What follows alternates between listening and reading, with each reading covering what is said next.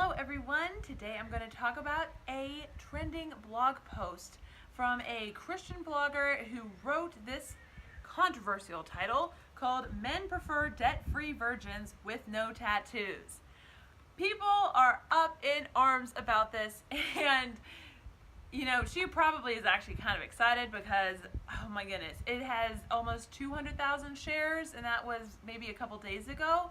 And I think it was going up by a lot because I looked at it one day and the next day it was like a lot more. So anyway, it's trending, it's viral, it's out there. There have been a ton of response videos, and today I'm going to share my response and some criticism of the blog, but then also some criticism of the responses, because I don't think we're really looking at exactly what she wrote. So I'm going to get into it and tell you what it's about. So basically, this blog post was actually a response to someone who wrote into her, giving her some additional reasons why this fan of hers believes that women should not go to college. So this is a very controversial topic because in society it is so promoted that everyone should go to college regardless of your academic virtue, regardless of anything. Everybody should go to college, and there is a huge student debt problem in this nation, being America, and really other places as well.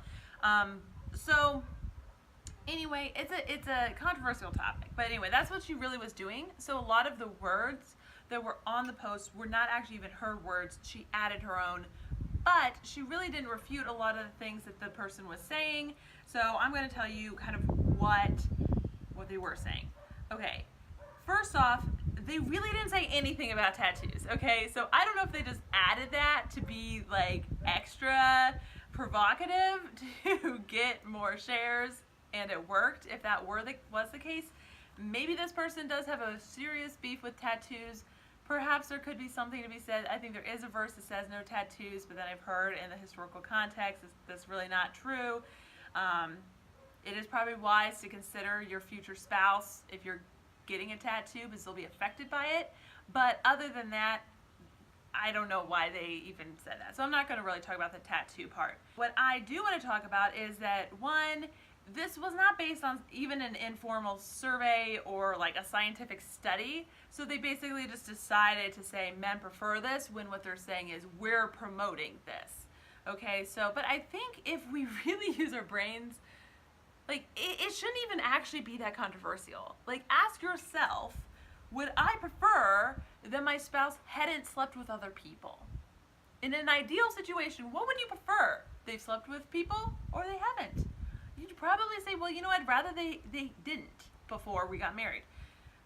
Would you rather them have debt or not? I mean, put all factors equal, yeah, why would you prefer somebody who has debt? You'd rather have somebody not have debt, right? And then the tattoo thing is, I think, a little silly. But I mean, even that, if you're going to have a survey question, would you prefer your future spouse to have tattoos or not? I'd probably mark no, so then they don't have any like weird tattoos that look really bad and that were like bad decisions. So it's like safer to just be like, no, I'd prefer not. But anyway, they didn't even do that, so whatever. Okay, so the key word though I think we need to remember is, first off, the title, the header, says prefer, not they hate all people who are not in these categories, or they could never date or care about any of these people. But even if it did say, there's a trend for Christian men who refuse to date women with debt, which is highly unlikely considering most people do because everybody's encouraged to go to college. But nevertheless, is that not their choice? So there have been some really harsh videos indicating any men who feels that way, who prefers those things, can't love. Like, a real quote was like, they must not know God because they don't know love, because of 1 John, I think 4:8, about God being love. I mean, like, I think people can be Christians and say, you know what, I would prefer, this situation. Okay. But it's really not written to people who are in that situation, and I am not saying, anybody who has debt or isn't a virgin or has a tattoo, like, should feel horrible about themselves. And that is really not what the blog post says. If somebody decides to attach a meaning to it, that's kind of on them. I would encourage them to try to reframe it in a different light, such as this is talking about God's ideals for people. And again, I would just drop the tattoo comment. So some key ideas that are in this post are modesty. And then, well, basically the author kind of said a little tidbit about like biblical femininity is not being like loud, independent, and promiscuous or something. But that was more just in the intro and the outro. The bulk of it really was about the person who wrote in about why women should go to college. Her reasons being, college leads to debt, it's a waste of your fertile years, you're less likely to stay at home if you just invested a bunch of money and got into a bunch of debt trying to invest in your career. Like, why would you then not have a career for a lot of your life? And also college indoctrination. She didn't quite use that word, but yeah, the influence of college with some of the, especially with the more radical feminism that's going on right now, which she didn't actually get that into that either. But anyway, also it doesn't prepare a woman to be a stay-at-home mom. Like, college kids don't cook. I thought the last point was kind of silly, because, I mean, if somebody values those things, which I wish I had and had been better prepared, but if somebody values those things, it's not as if you can't learn that stuff in college. It's not mutually exclusive, you know? And some of the same points could be made with the college indoctrination. If somebody is rooted in the Bible, they can actively be trying to check against that. With that said, though, I would say I have found bits and pieces of feminism, bad feminism, I'll call it toxic feminism, like the bad form of it, in my own life, where I didn't even really realize. And I attended church through the whole time. I've been a Christian. I went to a conservative, I live in Oklahoma. I went to the University of Oklahoma. I was in the business college and energy management, talking about oil and gas. I mean, I was not in some liberal world or something. And nevertheless, I still believe I have been affected by it. And God has really been kind of stripping me of some of that ambition to some extent. I think He's just trying to help me kind of just take it down to where I really have my identity in Christ, and where I really am in the right headspace as far as my role that I believe I am called to at this time, to be a wife and a mom. And I think it's one of those, like, seek kingdom first and then the rest will be added on to you. But there is, I just want to point out, Psalm 31, does involve so much stuff, but it's more entrepreneurship and money management. So I do wonder, like, does God call people to be career women?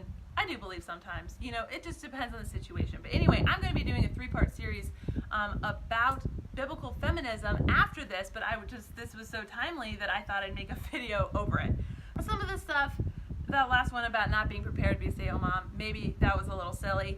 But some of the other stuff are actually really good points, and they're just controversial to talk about, and that's why I really, it kind of saddens me how reactive and kind of dramatic, I'm sorry, but dramatic and overgeneralized people have been about what the post said, because some of these points are legitimate, even if criticism of the post, it was not, I honestly don't think, very well written, but it also did not have a whole lot of grace. And if you're talking to women about sensitive topics, people who have invested tens of thousands of dollars into their college degree, to sit there and say that was a bad choice, like, that's a tough pill to swallow, and it may not be true. So I wrote a blog post where I pretty in-depth discussed these things, and I hope that it helps people find a more unifying understanding of each other from both points of view, and that it will really help just open up a healthy, godly, unifying conversation. But I'll link my blog post below. I didn't want to make a video that was like 2 hours long. So I just want to encourage people to not be divisive, to not overreact, because this was something that, again, I want to remind everyone, she was not saying men hate these people, men will never marry them if you have, if you're not a virgin or whatever, like, you'll never get married. She said nothing of that. It was a lot more of, women find themselves not wanting to stay at home and feeling like that's not a good option because they're in debt because they invested a bunch of money in their career. And truth be told, I truly believe that in the church right now, it's like in high school, you're encouraged. It's this unquestioned encouragement to go to college. And I don't think it's right for both men or women to automatically just assume college is the answer. That's a model that used to work a long time ago, but it does not now. College does not guarantee you some good job unless you have some actual specific career you're planning on doing. Not always that beneficial. So, but anyway, you're like encouraged to go to college, but then when you get pregnant, it's like you're encouraged to stay at home. But you were never encouraged to actually make it your plan A to stay at home. But then you get pregnant and all of a sudden that's kind of Christian culture. There's some more encouragement to do that. Although I must say, I'm kind of non-denominational. I've never heard anybody come down like judgmentally about it. But I do think that there's some, make your own decision, see what's right for your family, who knows where you're at with your finances. But yeah, that seems like a good idea. And I would be on I believe it's a good idea side. Yes, I am a stay-at-home mom. But I will say, I thought I was going to be a career woman. I thought that was, I thought you were just, maybe if you were dumb or something, it was a good idea to be a stay-at-home mom. I'm just saying, I don't think that's true now, but I did. I thought if you're smart, you shouldn't do it. It's a waste of your brain. And really, I think looking at the Bible, I disagree with that. Although I am a big fan of side hustles and part-time things. I think women really enjoy those outlets, and it can be very beneficial. But anyway, you have to just follow your own calling. But let's try not to get just totally up in arms about Christians who are just trying to put out, the Word of God and help young women make wiser decisions and look at the long term, and not just automatically follow what culture tells them to do. So that's kind of my take on the video. My goal really is to be more unifying and moderate in my approach to this. Definitely read the blog post if you're interested in more of this, and then definitely hit that subscription button so that you will be, and hit the notification so you will know about the next 3 videos about biblical feminism, because there's a lot going on in this world. There's a lot of ideas out there, and a lot of them are not good. Yeah, so you're going to want to watch. All right, so have an amazing day, guys. Peace. Bye.